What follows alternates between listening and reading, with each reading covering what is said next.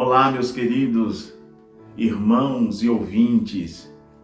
Que Deus em Cristo continue abençoando a vida de vocês em todas as áreas da vossa vida. Se vocês estão gostando do conteúdo, se estão sentindo que Deus está falando com vocês, compartilhe para que outras pessoas possam ser alcançadas por essa palavra. Hoje eu tenho uma temática que Deus colocou no meu coração para transmitir. Eu tenho certeza que vai ajudar de forma gloriosa e vai contribuir com a sua vida espiritual, física, porque a palavra de Deus é poderosa para fazer isto. Eu tenho uma temática dentro do livro de Provérbios, Provérbios capítulo 20, versículo 13, aonde diz assim: não ameis o sono, para que não te empobreça, abre bem os olhos e te fartará de pão. O livro de Provérbios, ele é uma coletânea de ditados morais e também filosóficos, apresentado de forma poética. O seu propósito é educar o leitor sobre como viver nesta vida de forma sábia. A maioria dos provérbios foi escrito por Salomão. O autor de provérbios, em sua maioria, é Salomão, mas nós temos contribuições de outros autores, como Agur, e assim sucessivamente. Também, no livro de Provérbios, aborda temas como sabedoria, conduta correta e prudência na nossa vida cotidiana. Então, o livro de Provérbios é uma síntese para podermos viver bem aqui na terra e desfrutarmos o melhor de Deus. Em uma outra tradução, o texto que nós lemos de Provérbios, capítulo 20, versículo 13, diz assim a palavra de Deus: não ame o sono, senão você acabará ficando pobre. Fique esperto, ou fique desperto, e terá alimento de sobra. Olha que porção extraordinária. Não amar o sono é um conselho sábio. O sono, na verdade, ele é essencial para a nossa saúde física e a nossa saúde mental. Quando nós negligenciamos o descanso adequado, podemos enfrentar problemas como fadiga, dificuldade de concentração e até mesmo problemas de saúde e até mesmo saúde crônica. Portanto, é importante encontrar um equilíbrio saudável entre o trabalho, o lazer e o sono. Observe bem, meus queridos irmãos, que o sábio aqui no seu conselho está dizendo que nós não devemos amar. Ao mesmo tempo, devemos entender que ele não está dizendo que nós não deveremos dormir.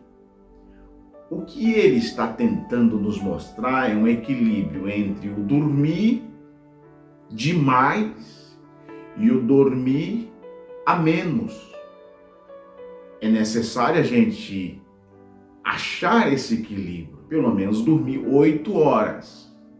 Porque se você dormir de forma equilibrada, você vai alcançar resultados na sua saúde física e também na sua vida financeira, porque o texto vai prosseguir.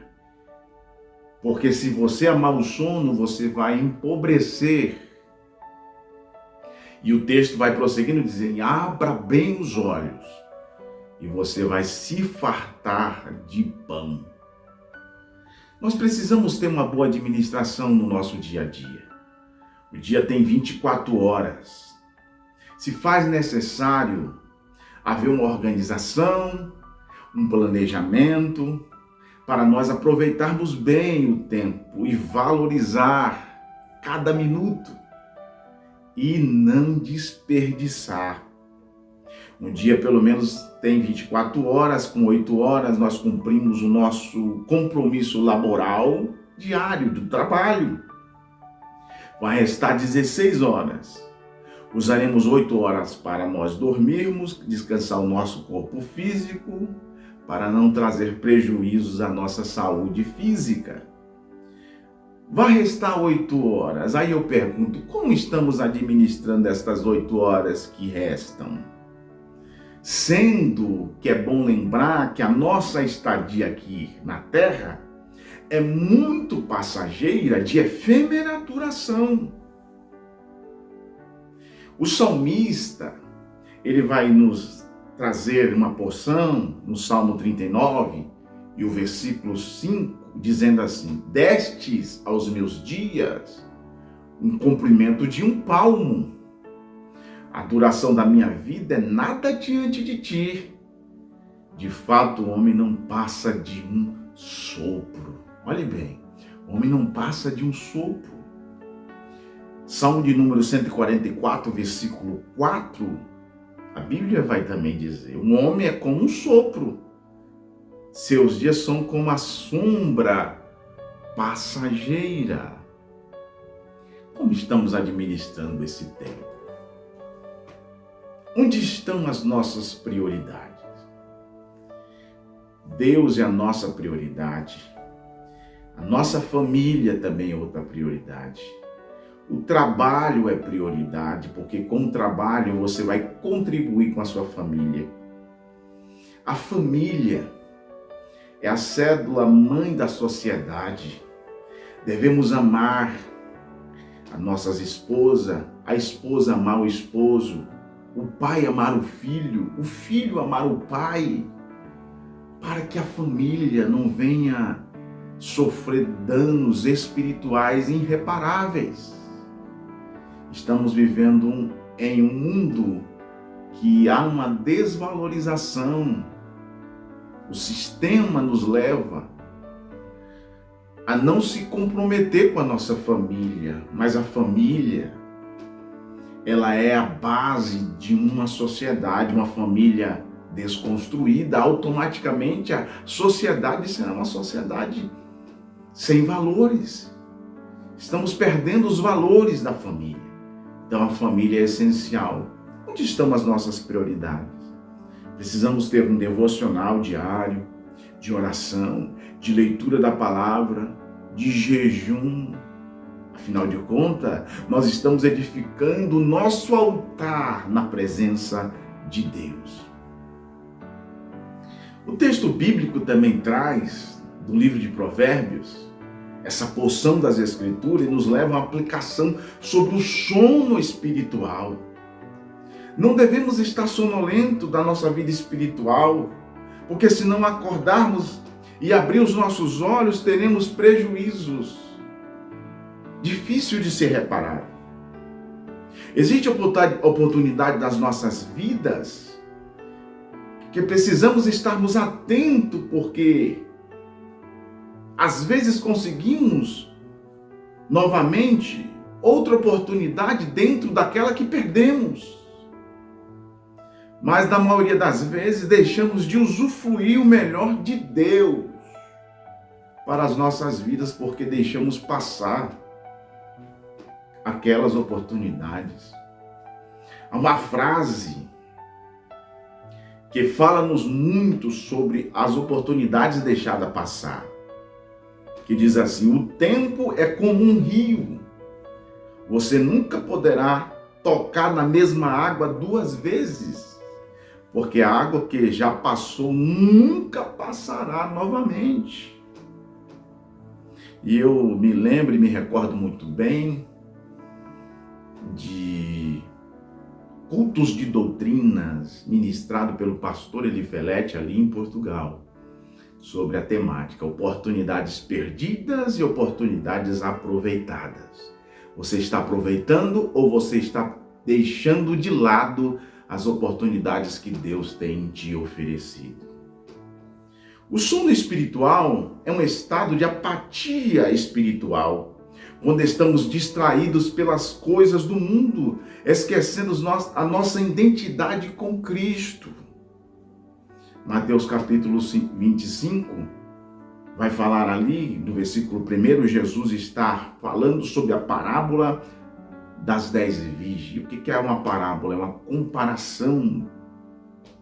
É algo semelhante, uma analogia em referência ao reino de Deus. O reino do céu é semelhante às 10 virgens. 10. 5 prudentes e 5 insensatas. 5 que estavam com as suas lâmpadas acesas e com azeite extra.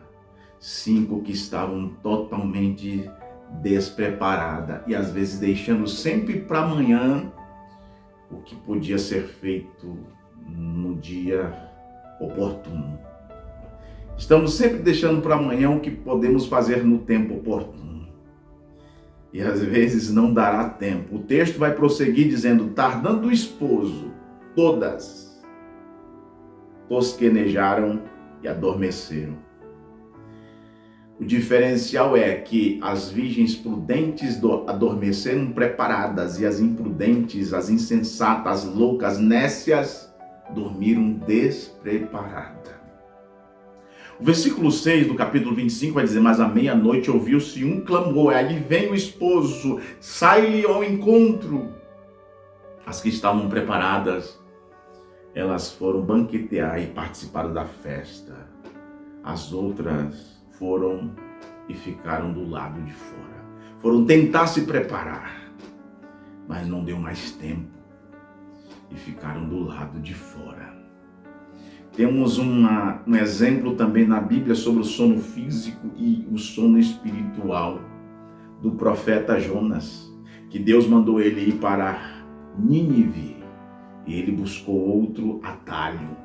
Foi para Tarsis para fugir da presença de Deus. Agora eu pergunto, como poderemos fugir daquele que vê todas as coisas? Daquele que os seus olhares percorrem toda a terra, daquele que é onisciente, onipotente, onipresente, transcendente, ele está em todo lugar. Então, o texto vai dizer que ele tentou fugir. Nós humanos, às vezes, tomamos algumas atitudes e pensando na nossa humanidade, mas Deus, que é infinitamente poderoso, ninguém se esconde dele. Só que Jonas só teve prejuízo. O texto vai dizer no versículo de número 4, o Senhor, porém, fez soprar um forte vento sobre o mar. Às vezes o vento que está sendo soprado, as dificuldades que você está tendo, são por causa das decisões que você tomou. E caiu uma tempestade tão violenta que o barco ameaçava arrebentar-se. Enquanto isso, Jonas, que tinha descido ao porão, se deitara e dormia um profundo sono. Como que você está? Há decisões que você toma que prejudicam você e às vezes as pessoas que estão em redor. Às vezes quando não é um filho, é um pai, é a família, está mais próximo. Aqui o texto vai dizer que houve um profundo prejuízo, irreparável ali. Eles tiveram que lançar as cargas no navio para o mar, até que Jonas reconheceu a sua falha, o seu sono físico, que estava atrelado ao seu sono espiritual. Claro que eu estou parafraseando. Jonas disse assim: olha, tudo que está acontecendo aqui é por causa das minhas decisões. Me joga ao mar e a tempestade vai acalmar. Meus queridos, atentamos para nós não perdermos as bênçãos de Deus. Eu concluo essa reflexão dizendo: Deus tem abundância de bênçãos para derramar sobre as nossas vidas. Basta nós estarmos atentos, vigilantes, para não deixarmos de desfrutar as bênçãos de Deus, tanto na parte física como na parte espiritual. Pense nisso. Não ames o sono, para que não te empobreça. Abre bem os teus olhos, te fartará de pão em todas as áreas. Se você abrir bem os teus olhos, estar atento e fazer o seu dever diário, para com a sua vida física e espiritual, os resultados serão abundantes. Pense nisso. Deus abençoe, em nome de Jesus. Amém.